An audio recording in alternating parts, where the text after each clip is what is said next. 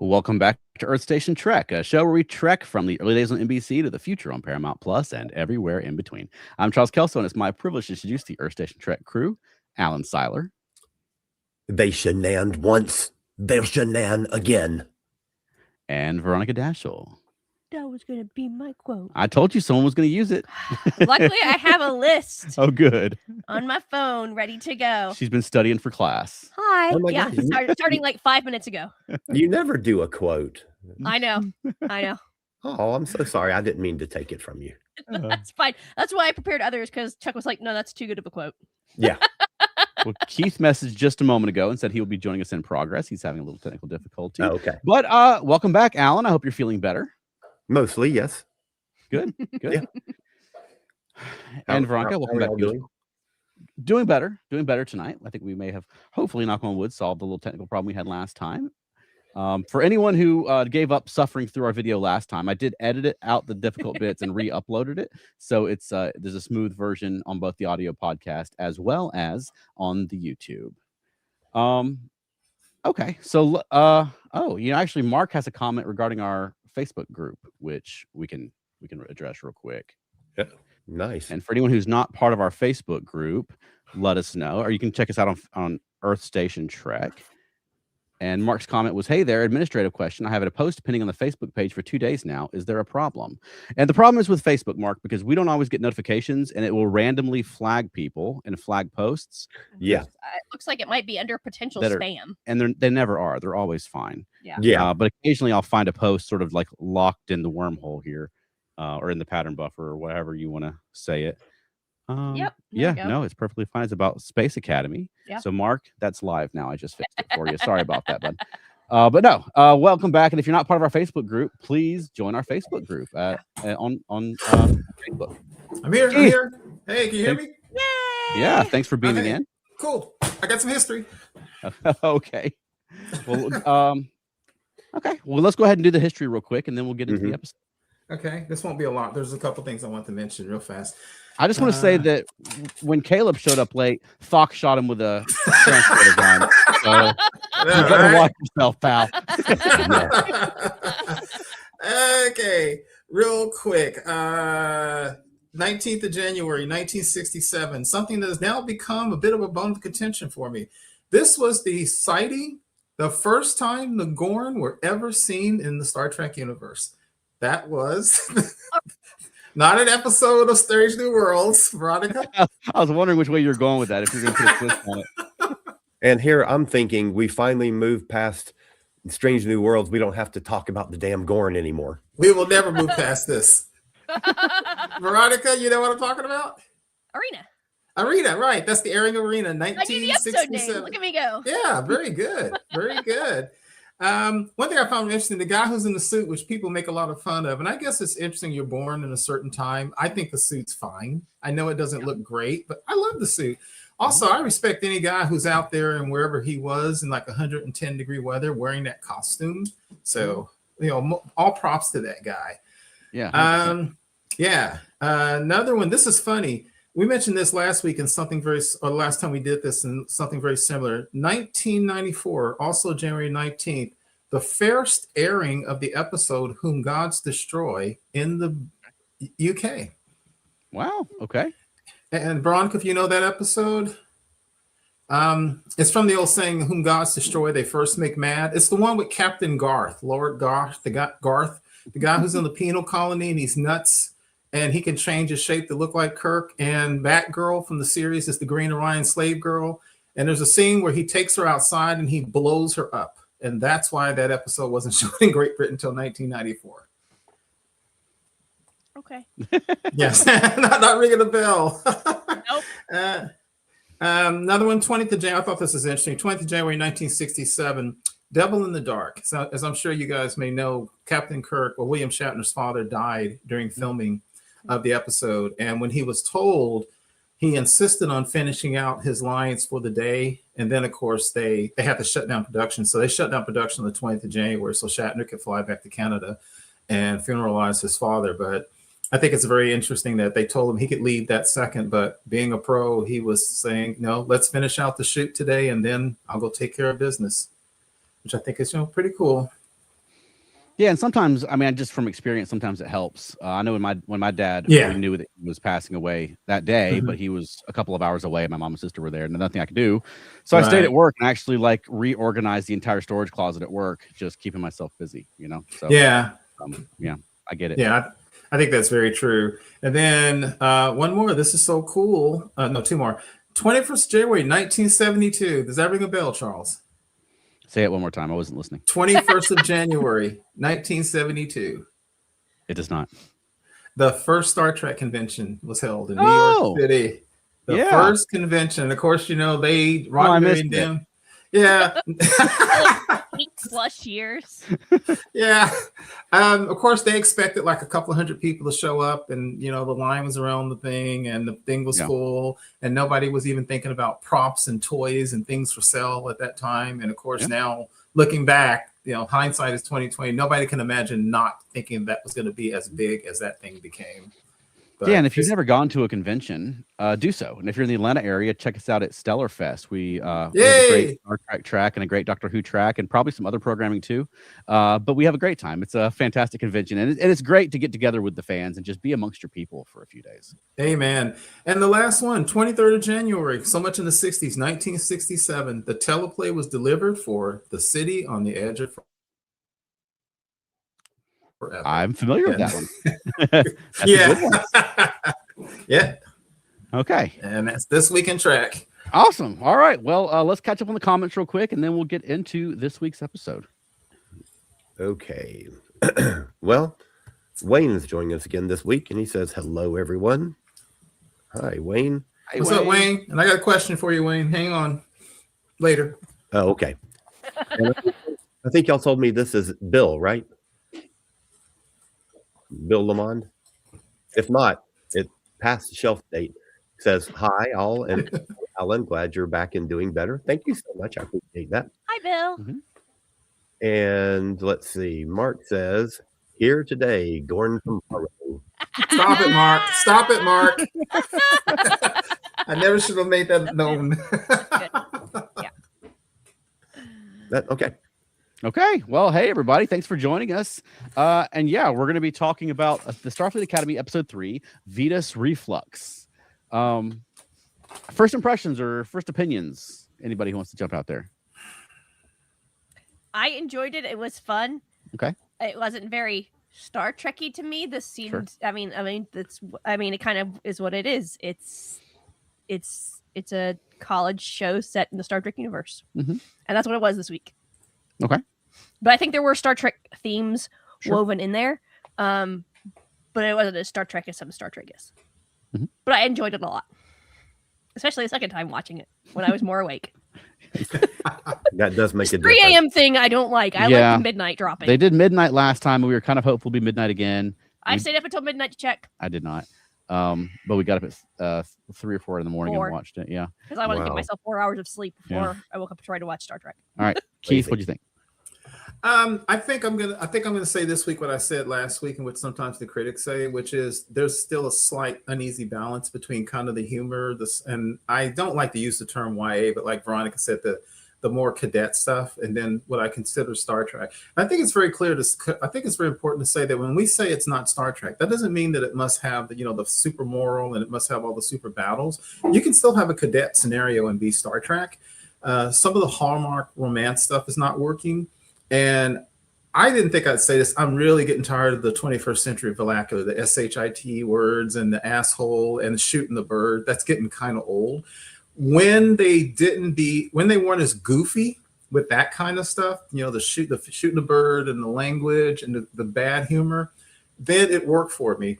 We'll get to it, but when they started doing the contest toward the end, that was fine. I thought that was cool. That's what I expect from the Starfleet Academy training. So it was a little up and down. It got better towards the end for me.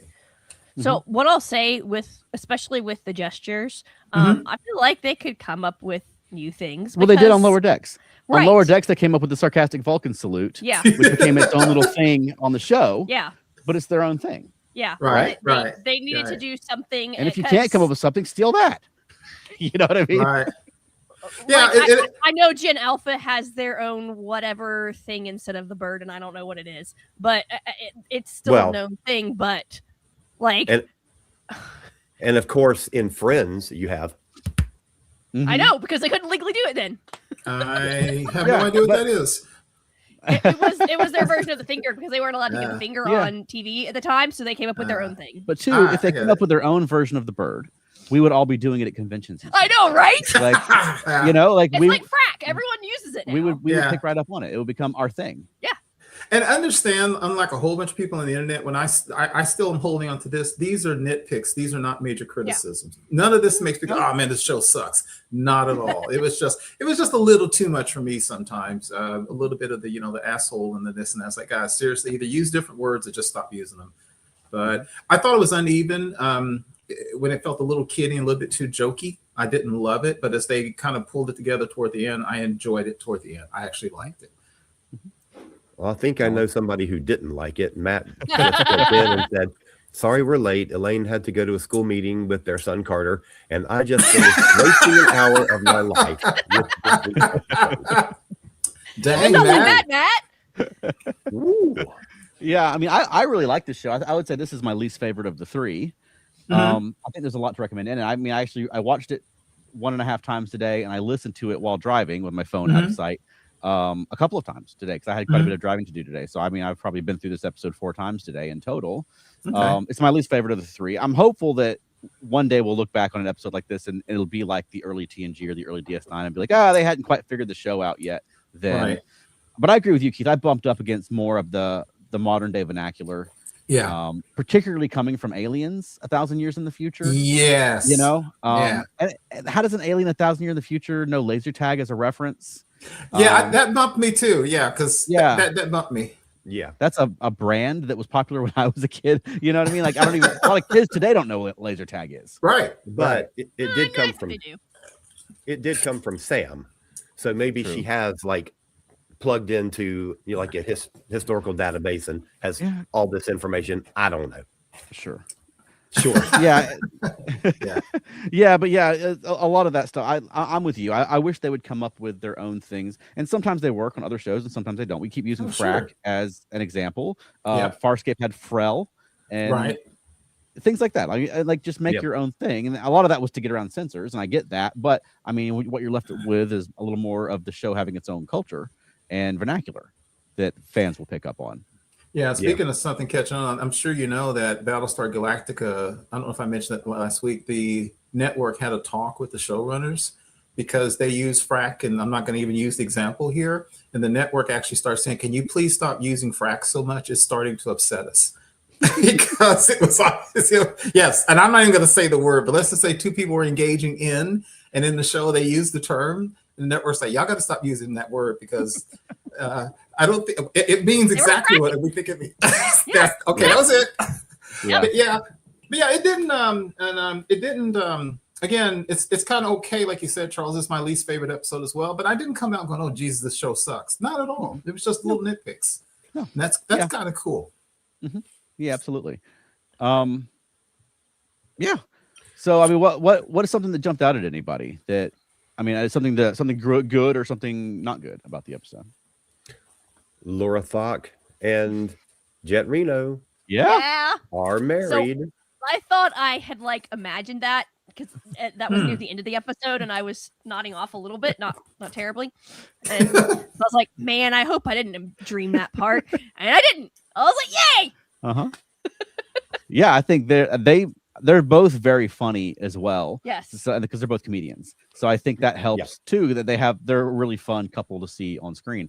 I like it a lot also. One thing though that jumped out at me though, because it's quite an arc from Jet Reno, because she was like the other Discovery crew. And this is something I talked about when we were talking about Discovery. I wish they would meet the Klingons, because this is a crew that's from the Klingon War. They knew the most brutal, vicious version of Klingons we've ever seen on screen. So it'd be interesting to find out how they feel jumping to the future and find out the Klingons were our great ally for all these years later on, right? And have to work with them and that sort of thing.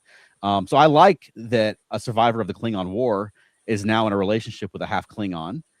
I really wish we could have seen some of that evolution on screen, though. Yeah. I wish we could have gotten from A to B or A to C or whatever and and seen some of the steps in between. Because the first time we met Jet Reno, she made a comment like, "We signed an armistice with the guys who drink blood wine." And then this week, she's like, "Yeah, Klingon French fusion, just what I always needed," or whatever. Right. Which I think is a wonderful arc. I wish they do this a lot on the new Treks, where I wish the entire arc wasn't off screen. Yeah, I think some of that, and this is not a complaint, I think some of that is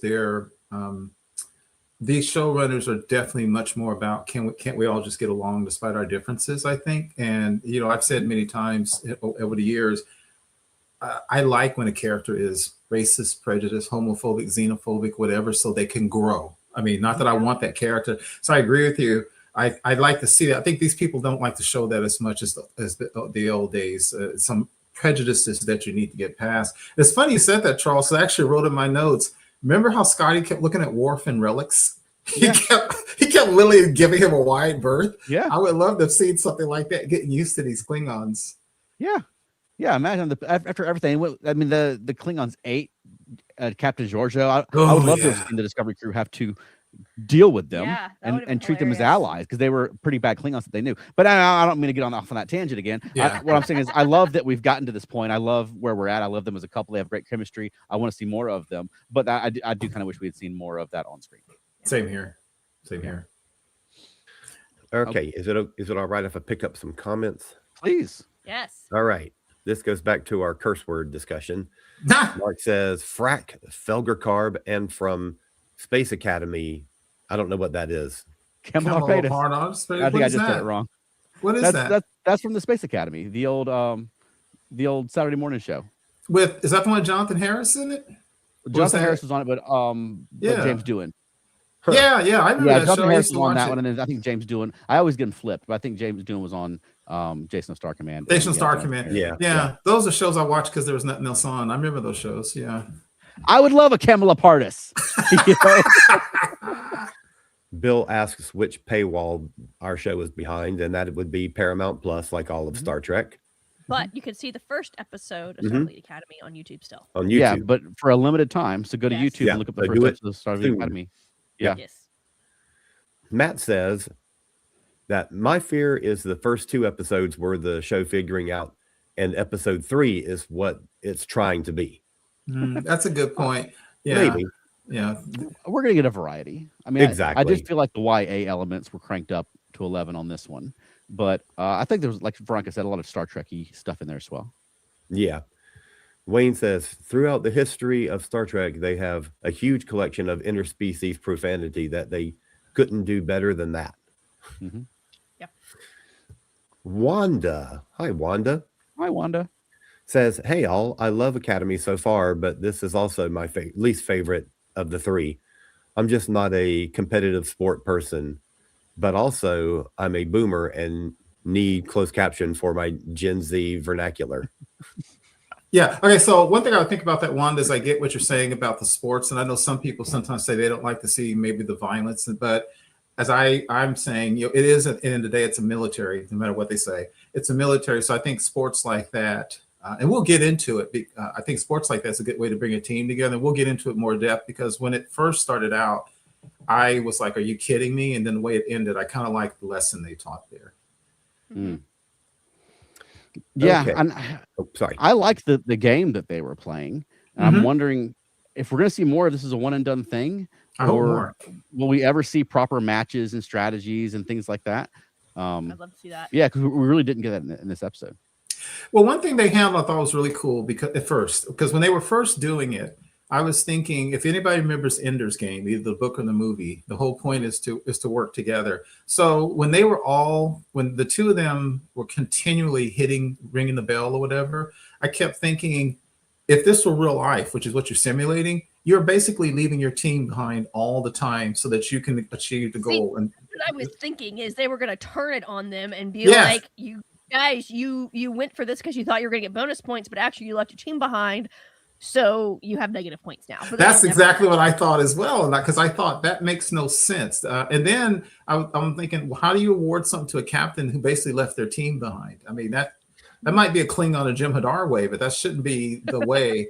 And even then, they Starfleet. learned the lesson of teamwork. So I just have to assume that Reno and them let them do it so that they could learn the lesson. Yes, of course. That's why Yeah. it makes sense. Yeah. They're students. They're both in a position where they want to be the top dog and they want to prove themselves to the others. And that's why they both were that, and they're competing against each other to do it. Right. They have to learn how to not do that, and how to be a team leader means you don't leave your team behind. Absolutely. They can't know that coming out of the gate. Yeah. And evidently, Sorry, I didn't mean to. Go ahead, Charles. Go ahead, Keith. Evidently, the world of the burn, which we haven't really seen much of outside of Discovery, it seems like it was. I mean, obviously, it seems like it was really awful for a lot of people. Like more than just we lost contact with each other. Right. Yeah. Like bad. The way the captain talks. Elaine says, I will say my favorite thing is the confirmation that Reno and Laura are a thing.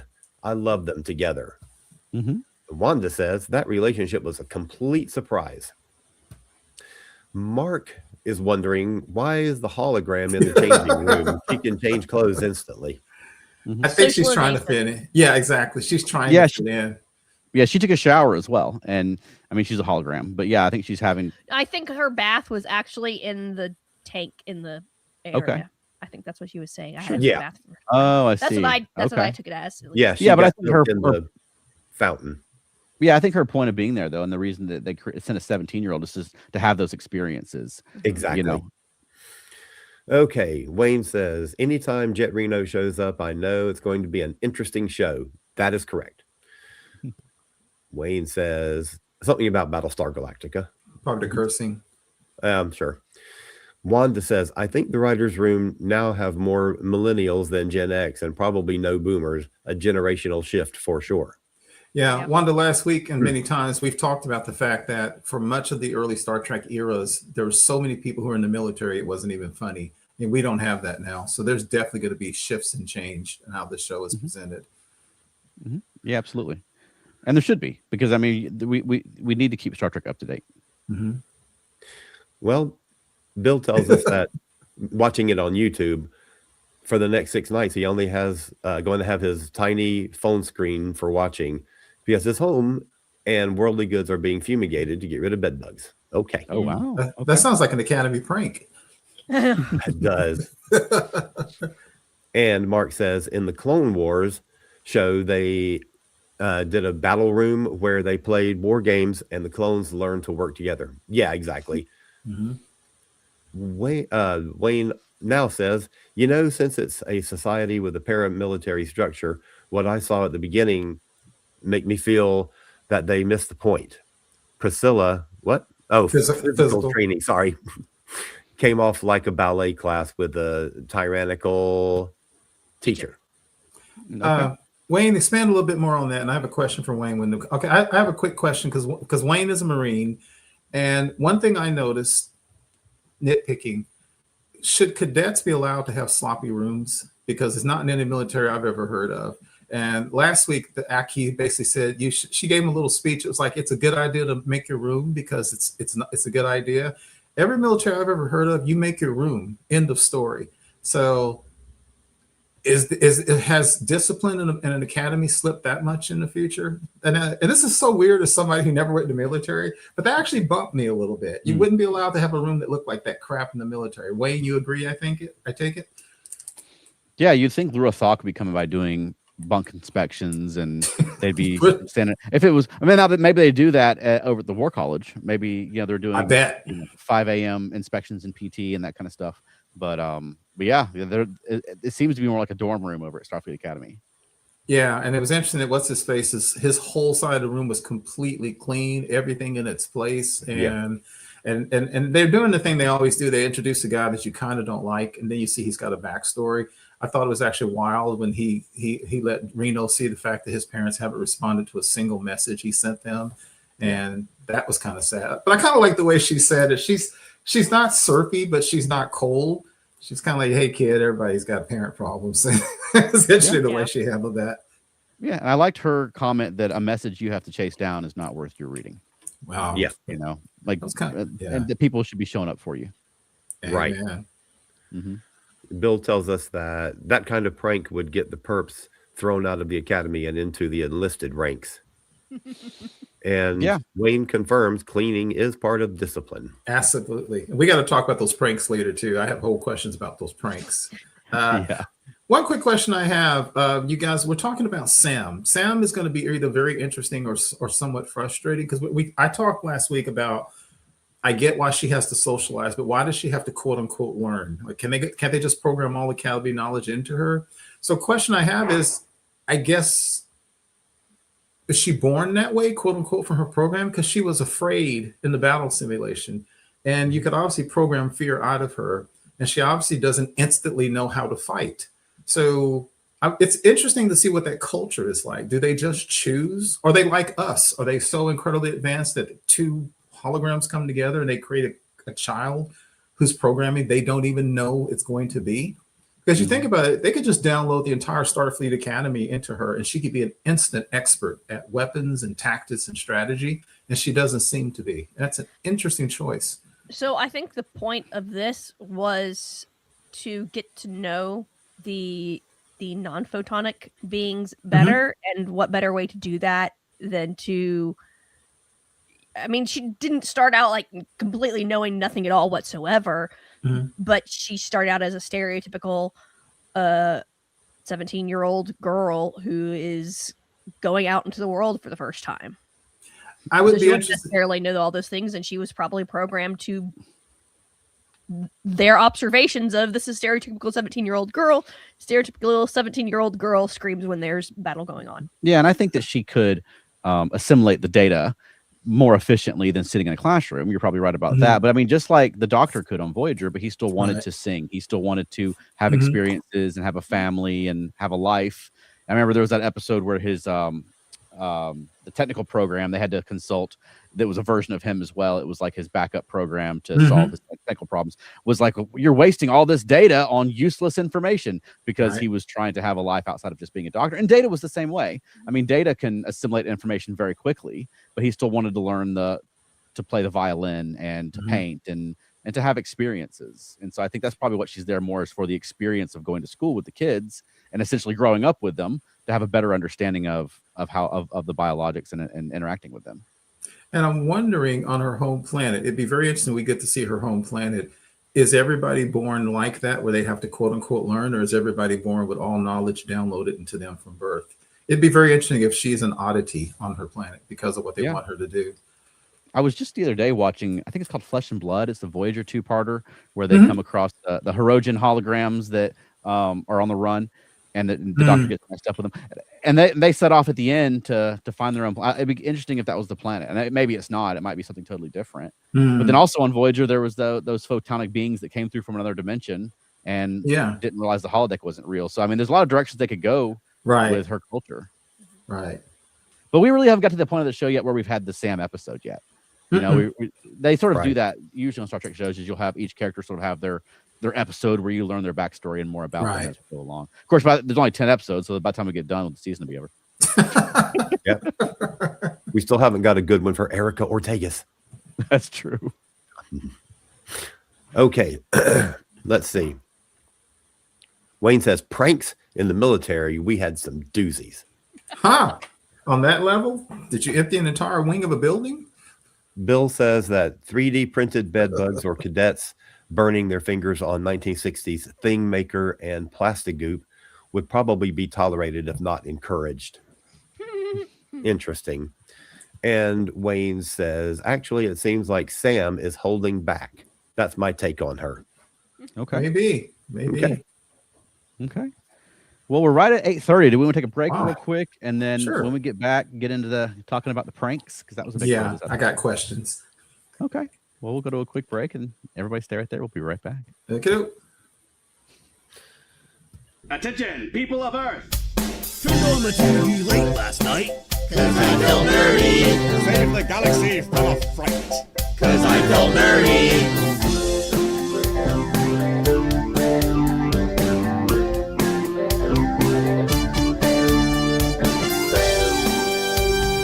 Turned on the TV late last night. 'Cause I felt nerdy. Then my gravity and took flight. 'Cause I felt nerdy. Exterminate, exterminate, seek, Having some problems up here. Good luck. Stay safe. See you soon. And we're back. Yeah, the pranks were a big part of this episode. It seemed like the chancellors of the schools were more concerned about the prank war than they were about the war games that were going on in the episode. Yeah. Neither of them really seemed to care who was winning the Calica matches. No. Right. Is that even close to normal in the military? We got Wayne here again. Because to what you're saying, it's one thing if the cadets do it. It's weird to realize that the chancellors, and in Aki's case, she was just like, we're going to fight them back. But it seems like what's his face? He seems to have encouraged them from the start to prove their dominance. Seems like chancellors wouldn't get involved that deeply in something like that. No, but I mean, I'm interested in why that is, especially with the war college and with him in particular. I wonder if he's looking at teaching them to go after their opponents, not just on the battlefield, but hitting them at home where they live. You know what I mean? Like, I wonder if it's like a military strategy thing. And I guess Ake she's a prankster from way back, and so knows how to put an end to it. I did like Ake's frustration when the kids just weren't picking up on her hints of how they could prank them. Heck, I wouldn't have got that. But the flashbacks were funny when because Holly Hunter is such a great actress. The flashbacks were funny when she made that comment about the eyeball, and when they showed the scene, Holly Hunter literally mugs for them, and she like rolls her eyes. Like, I never would have caught that, but it was still funny. Yeah. Well, what did you think of the pranking generally? I thought it was interesting. Go ahead, Alan. Nothing. Go ahead. I thought it was interesting. I still don't know why the War College chancellor would have encouraged them to start with. And I did write in my notes at the end, when the prank empties an entire building, did the prank go too far? It wasn't just their quarters. It was like the whole freaking building. And then from what I saw, those plants were like Audrey 2 on steroids. That seems like that got a little out of hand to me. I mean, they may have won, but dang. Well, I mean, the first prank was, to me, out of hand, too, because people were beaming in. Now, sure, you got a bunch of college kids with access to transporters. Somebody's getting beamed somewhere in their underwear. That's that's just that would just happen in real life. But it's dangerous situations where people were literally falling from the side. falling onto tables, rolling down the stairs, and particularly even people places naked. Like like that seems like it could be considered sexual assault. I mean, there's a lot of like that seemed like that should be a bigger deal than someone could get injured. Like they didn't just beam some person in their underwear somewhere. They were just beaming those people all over the place. I agree. It seems like that there should be some sort of, I don't know. That seems like the administration or somebody. I know that their chancellor was actually behind it, but I don't know. So I don't think the chancellor was behind the beaming thing because he didn't get involved until they needed the permission, the data access to the private, not yet published promotional material for Starfleet Academy. Okay, so you think he wasn't that's behind where it? he came in. Okay, yeah, I misunderstood that then. I'm still. So then, I think I think that's sort of a dangerous prank. Yeah, because there are belief systems such as Islam for some people on this planet right now. We're doing something like you said, Charles, showing somebody naked is a big deal. That's a problem. Also, particularly when you got such a mix of cultures. Yeah. The dude he looked Vulcan. Is he full Vulcan or is he mixed? Do we know? Could we tell? I thought he was Romulan. No, there was a Vulcan and a Romulan. The Vulcan was male and the Romulan female. Yeah. Okay. Yeah. Was he full Vulcan that you could tell? Because later on he looked almost. Well, the reason I wonder, because I kept writing, why is a Vulcan involved in such juvenile behavior and even acting somewhat like a bully? I mean, I don't know. Maybe it's the holosuite. Oh, okay. Yeah. they were all like that in that one, especially the captain. Yeah, and wasn't that an Academy rivalry? Didn't their rivalry go back to the Academy? Okay, I guess so. Okay, I didn't think about that. So maybe I guess it goes back. Well, I guess it goes back to say, like they've said many times, Vulcans use logic for all kinds of crap, but they're not really all that much better than we are in a lot of ways. So, Vulcans are jerks going way back. But I thought he did a good job of playing a Vulcan. I thought that guy did a good job. I wasn't so sold on the Romulan's performance as a. How's that? She's something like just like a regular, like that could have been Mariner in a Romulan makeup. Yeah, you know what I mean. Like she's very much like, screw you guys. At one point, she was cackling like the Wicked Witch of the West. She was over the top. I agree completely with that.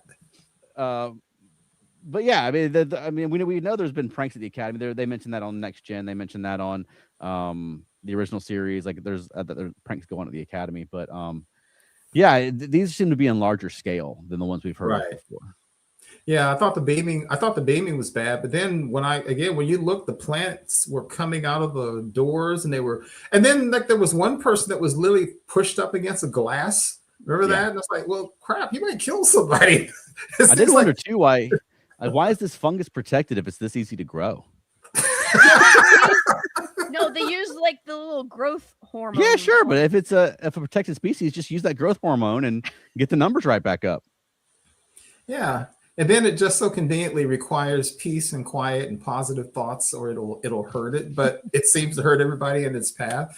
I did chuckle because they were stressed. That's why it was hurting everyone, because everyone was freaking out. So it was freaking out. So it was freaking out at the people who were freaking out. Yeah. So they don't just repeat you like a parrot. They're like mirroring your attitudes and emotions. Interesting. Okay. That's true too. When the guy was going around going, "Shh, quiet," and they were whispering too. So, okay, I can buy that. Man, I had a lot of great insight this week. Mm-hmm. Yeah. I thought the plants were kind of funny. I did chuckle at them when they kept doing the stupid parrot thing. Yeah, I thought the plants were very Harry Potter. Okay. Yes. And this whole thing definitely had a Gryffindor and Slytherin vibe to it, but that part in particular seemed very like lifted directly out of the Potter books. Okay. Yes. Did you overall like it, dislike it, or did it just not matter to you? The pranks? Yeah.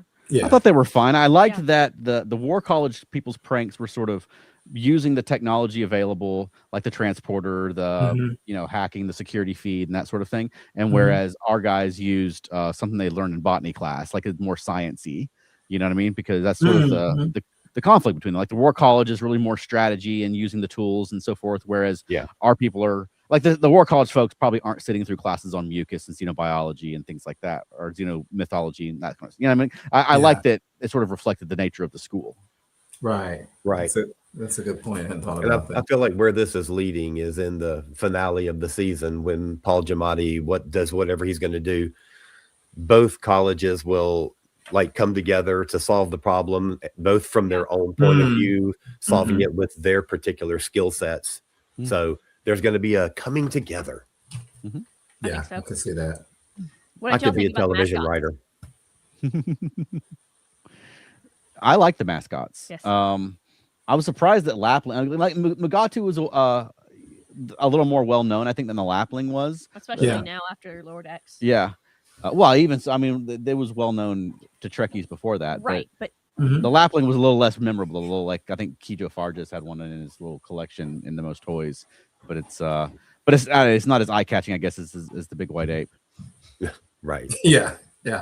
I did laugh despite myself, I laughed when Caleb was running around with that Mugatu costume on. I couldn't. I tried not to laugh, but it was stupid funny. Yeah. Wayne tells us that pranks weren't sanctioned in the military, but as long as they were harmless, staff turned a blind eye.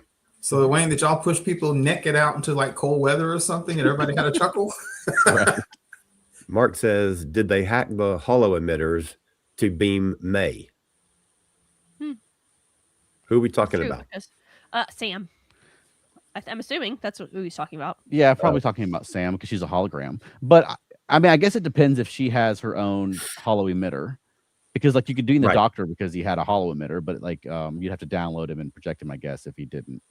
I guess. But the Star Trek science isn't quite that rock solid about that because, like for instance, in this one when she appeared herself over at the War College, she was holding the syringes. Yes. Growth stuff. Right. So did she beam or did she just hologram herself over there? I have the same question. Because the Doctor with his mobile emitter couldn't just disappear here and reappear here. You know what I mean? He would have to be. Yep. You know what I mean? Yep. Yeah, I had the same question. How did those things go with her? Because she came in holding them, which means they had to have been transported. Yeah.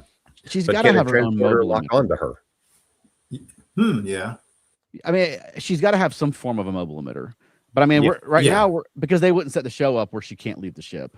I mean, they did with the Doctor, but they eventually worked around that. But of course, we're also like 300 years beyond where the Doctor's mobile emitter came from in the first place. So maybe it's probably nanites. It's sci-fi show. There's probably nanites involved. Maybe they have like nano emitters now. Who knows? Yeah. Okay. Wayne says, I think in the end, the commander of the War College saw that it had gone too far. Yes. Yeah, well, I think he saw that the Starfleet Academy folks were just as capable of humiliating his cadets and decided to call it off before that happened again. Yeah. But I think that's sort of the point. Like, Ake knows that you push back against a bully and show them that you're not going to take it, and they'll back off of you, you know? Yeah. Yeah. But I think Wayne said something interesting. He said that when he was in a Marine, when he was in training, the leaders turned a blind eye. It's not like they got involved. Okay, yeah, man, here's the code, hack into the system, give them what for. Right. Wayne, That's what I thought Wayne was said another very interesting thing, and that is that I may be a huge improvement in script writing.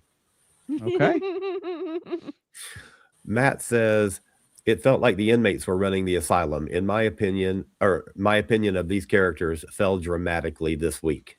Okay. I went just a little overboard with the prank stuff, just a little overboard again, like with some of the jokes. I felt the same, just a little. Okay. Yeah, but I mean, I feel like they were sort of exaggerated. I think the show has kind of a lower decks in live action quality to it. Yeah, and maybe in part because of Tanya Newsom, but I think they're also going for that. That the show's a bit broader, and I think that works to an extent. You know what I mean? I wouldn't want them to do this every week, but I thought it was fine this week. I think that, again, like I said for the second episode, the broad humor in the jokes, I didn't love them, I didn't hate them, but then they kind of pulled it off at the end, as they did learn a lesson, and it didn't feel like an after school special or something like that, and it kind of worked because when what's his face used Sam's daddy issues against her, on the Genesis's daddy issues against her, and she froze, and then she called him out on it later, and then he learned what it is to be a true commander, a leader. I thought that was all kind of interesting, because that had been my complaint again, was surely you're not going to reward people for being selfish, and that kind of came in the end. Genesis is becoming my favorite character. Yes. Okay. I love her. Yeah. I like her a lot. I think she needs some more flaws. She's got kind of a practically perfect thing going on right now, where she's a little too good at everything. I get she grew up with a Starfleet admiral for a father and on the move, but their arc in this one kind of reminded me of Gwen and Dahl, where Dahl was determined to be a captain and then realized that Gwen was more suited to it. I can see that. Yeah, that often happens a lot. Minor thing, what do you think about Stephen Colbert's announcements throughout the show? Does it register one way or the other? I don't think anything of them. No, they're not funny enough, I don't think, as jokes. Same like here. The Talaxian furfly thing, I have not laughed at yet. The fact that there is a Talaxian furfly is kind of cute, but the commercial for Starfleet Academy made me think of Starship Troopers. Yes. Do you want to know more? Yeah, and I just didn't think it was funny, it was trying to mate with a beaker or whatever. Yeah. And they're just kind of odd. They're not hilarious asides. They're just kind of odd announcements. Yeah. Right. I mean, it's fine. Mm-hmm. I did like that they used him as the announcer for the games. I thought it was a weird plan. Like, how are you not going to get caught having this match in the main atrium? They just put up a closed for cleaning sign. But you've got they're shooting each other and yelling and jumping, and there's announcements going on over the speaker. And at one point, she shot out the replicators and made them smoke. You'll notice when you were outside the sign, it looked normal in there, but once the camera moved like through the sign, it all changed. It's the main atrium. There's no security. There's no cameras. There's no sensors. And also, she said that these phasers have one setting: transport. They didn't transport the replicators. They made them smoke. Right. That's true. Right. That's very true. You true. can't transport the replicator, so it just short-circuited them? Why can't you transport a replicator? Oh. Okay. Should be able to. Okay, I'm just saying. I thought that strained credibility. Of course, they got caught. Like, oh, you idiot! Of course, you're going to get caught. I'm surprised it took as long as it did. Yeah. I think they only finally came in there because they had the notification about the damage to property. Maybe even someone should have got in trouble for blowing up the replicators. Absolutely. Yeah. I don't know that they were blown up. Okay, they're shot and started smoking, which isn't great for your They're still illicit going to take game. repair. Yeah. If nothing else, Jet Reno should have been pulling an O'Brien and being like, I can't believe I'm going to have to clean this up. Right. She talked about Right. paperwork instead. Yeah, I guess she's not really the engineer, though. She's a teacher now, so maybe it's not her problem. Probably not. Yeah. Yeah, there's some things like that. I don't think this was their strongest episode. I didn't hate it. I liked it enough to watch or listen to it 4 times today. That mostly because I'm going to be talking about it tonight. But but I thought it was good. And I thought it was fun enough. I did like the first 2 better. Like last week, I don't think this needed to be an hour. I can see that. I have a question. And then this may be something Wayne can think about, and have a question what you guys think. Okay, they said this is the first Starfleet Academy class in over a century, but they've had a war college. So other than that, one is all about war and one's about science and stuff. What is fundamentally different between the war college and the academy, such they're making such an incredibly big deal that the academy is the future and the first in the century, and you're going to make the world better? Did the war college not do any of that? I mean, were they only trained to fight and kill? You know what I mean? Well, Philosophically, the war college could still become like Starfleet, kind of. But it was basically the Wild West with the loss of dilithium. So there was a lot more of the pirates out there, is what it seemed like, based on what we saw in Discovery, and what Burnham went through when she first got there, and how she ended up surviving for her. It was 2 years before Discovery showed up or something like that. So it seemed like they had to be more military. I mean, just like look at what happened with Caleb when he was a kid. That was in the middle of the burn. So, well, post-burn, but I guess I was just wondering, because they have facilities, they have a chain of command, they have a cadet structure in the war college. And I get that because of the times they had to be more aggressive and it was more about fighting. But it seems like they almost act like the war college had nothing, and I mean nothing of the ideals that the academy is going to have. And would it have gone that far, fallen that far? I don't know that they would have no ideals, but they certainly didn't have a focus on science and exploration and philosophy. And even that Vulcan teacher last episode made the comment that they didn't teach xenomythology after the burn, right? So they weren't learning, they weren't getting that broader range of knowledge and experience, and they didn't have the exploration focus. They had to go into basically disaster mode. So the war college was prepping students to defend the Federation, essentially, right? Okay. So real quick, and I may have to look this up. Do we have any ideas? Was the war college on Earth? Because Earth wasn't a part of the Federation, right? Do we know? So was the war college a Terran thing only? No, it was. So so that's a good point, because it seemed like the cadets in the war college were acting like the academy came in and they're taking up their space, as though they didn't say that. If you're gonna, that's what they said. And when they first confronted them in like the gym or whatever, you're like, if you're gonna come in and take up half our space. Okay. Well, they might just mean that the space they feel that they're entitled to. I see. But they couldn't have been on Earth. They didn't. Earth was. No, they couldn't have. But Earth was isolationist, and we know Lura Thought went to the war college. It was serving. It was probably based off of the space stations or wherever they were at. I see. Okay, that was the question I had. Okay, there's a very interesting history. They're laying groundwork for some very interesting stuff. The history of this future. I'm very curious about a lot of the stuff that might have gone on outside of that. Very curious about that. Yeah. One question, but Jay Den. Jay Den, I mentioned this, I think, with one of my Facebook friends, is we talk about how you don't want a monolithic race. I'm going to find it very interesting how he's portrayed, because does he need to be completely, quote unquote, opposite to what we think of as a Klingon? As in, can't you still be a doctor and kind of like have a bloodlust and every now and then say, I want to kill you? Like, if you remember Deep Space Nine, remember the lawyer that put Worf on trial? He was a lawyer, but geez, for him, like the courtroom was a battlefield. And I find, and it's not a right or wrong, but I'm wondering if they're going to make Jaden almost completely opposite to what a stereotypical Klingon is.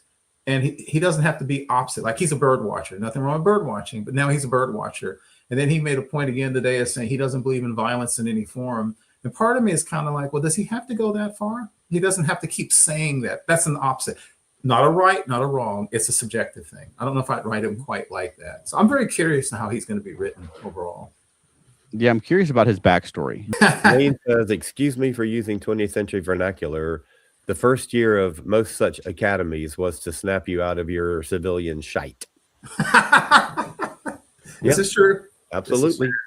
So anyway, when everybody froze, I'm very curious how they're going to portray Jaden, because again, there's no right or wrong. There's just different ways you could portray someone. I'm curious how they're going to do him. Yeah, I'm curious about that too. He's going to come up with a warrior moment. Where he has to make a choice. Yeah. And that's going to be an interesting moment. All right. Wayne says, Jaden, in my opinion, is very much a Klingon. Yeah, he's for sure. But still a Klingon. Yeah. Yeah, it's just little things like when he keeps saying, "I don't believe in violence in any shape, form." I think he doesn't really have to say that. He can just not act like it. Like he doesn't have to walk in the morning and say, "Good morning, I crave for blood today." Although the little thing where he was talking and he was telling Caleb, was it Caleb? He was talking about always have blood in your food. Yeah. That was kind of funny, and he was so matter of fact about it. He does have to say it though when he's being asked to join a team. To play a violent sport. That was the whole point of him saying that. Yeah, I'm not arguing that. I'm saying I don't know if I would write him like that. To me, I would say, well, let him go ahead and play a game. He doesn't have to tell people he doesn't believe in violence. That's how I would write it. But again, there's no right or wrong. That's a subjective, and I'm very curious how they're going to portray him. Yeah, me I like too. the character. I like the character. I like the actor. All right. Well, any other thoughts about the episode before we close this thing out? Real quick, General, are y'all by any? I saw a discussion about this online. Are y'all by like really wanting Paul Giamatti to come back real fast, or no? I saw discussions about that. No, I like him. I'll be happy when he gets back, but I'm not in a rush for it. Gotcha. I'm fine with them going to class and getting involved in Star Trek adventures. Yeah. Yep. Me too. Yeah. Okay. I don't need a big bad for the season anyway. Yeah. Agreed. Yeah, probably not my favorite, but I thought it was still good. I still enjoyed it. I could easily watch it again. Yeah, for sure. But it's Paul Giamatti's, whatever his character is, it was his people that are behind whatever happened to Beta Z, right? Yeah. They were the ones who were attacking Beta Z. Yeah, so there's definitely going to be a confrontation there. And I'm kind of looking forward. And I like that because it gives a little bit of, like, he's not just like I'm a villain who just walked onto the scene or whatever. There's a history now of things that he has perpetrated. He and his people have perpetrated that are massive, that are big deals, you know? So I'm kind of looking to see more about what's behind there. You know, I never thought about that, Alan, because also the Betazoid girl who joined the war college, Caleb's kind of girlfriend, she's got some weird power thing going on there. So yeah, what's going on there? Like, I could see some show where she meets him or whatever, and she freaks out and, like, I don't know, kills a bunch of people with her mental powers or something. There's something going on there. So yeah, there's potential, lots of potential. I do hope he shows up enough that we get some development of the character, and he Mhm. doesn't just turn up in the finale to get kicked in the face and fall into the ring. Yeah. That's how they do. Right. Yeah. And speaking of her, the Betazoid, do we think that bottom line is just her power? Is she like the dude that Alan, whose name you gave us last week from Tin Man, where like if she doesn't watch it, her powers go nuts? And since they seem to have forgotten telepathy in this show, is she just an empath and she'll make everybody like go crazy with her feelings or something? I'm curious what that thing is, because you remember it flashed red at one point, and it flashed, and he asked her, "Did I do that to you?" Yeah. Don't know. They're just planting seeds for us to find out later on. Yeah, and she's got some sort of X-Men thing going on where she's got a tragic power. Yes. Yeah. Franklin Richards. All right. Well, he's not an X-Man, but okay. All right. Alan, where can people find more of you? CosmicCreative.com. KOZMIC Creative.com. And how about you, Keith? You can find me on Facebook, primarily the ESO Network Facebook groups. And how about us, Veronica? FeltNerdy.com. And? Monkeying Around, a podcast about the monkeys. That's right. And everybody in the path of these storms, stay safe this weekend. Yeah. Stay home if you can. Don't go anyplace. But also join us next Thursday at 8 p.m. Eastern. We'll be talking about episode 4 of Starfleet Academy. Okay. You have a closing for us? I do. I prepared. Okay. I had backups just in case too. Go for it. Veronica, I swear I thought that was a tricorder the way the angle it came on the screen. I don't do spirit. Perfect. Good job. That works. It's better than improvised whale song. I'll say that. All right. Bye, everybody. Thank you very much. Thanks all.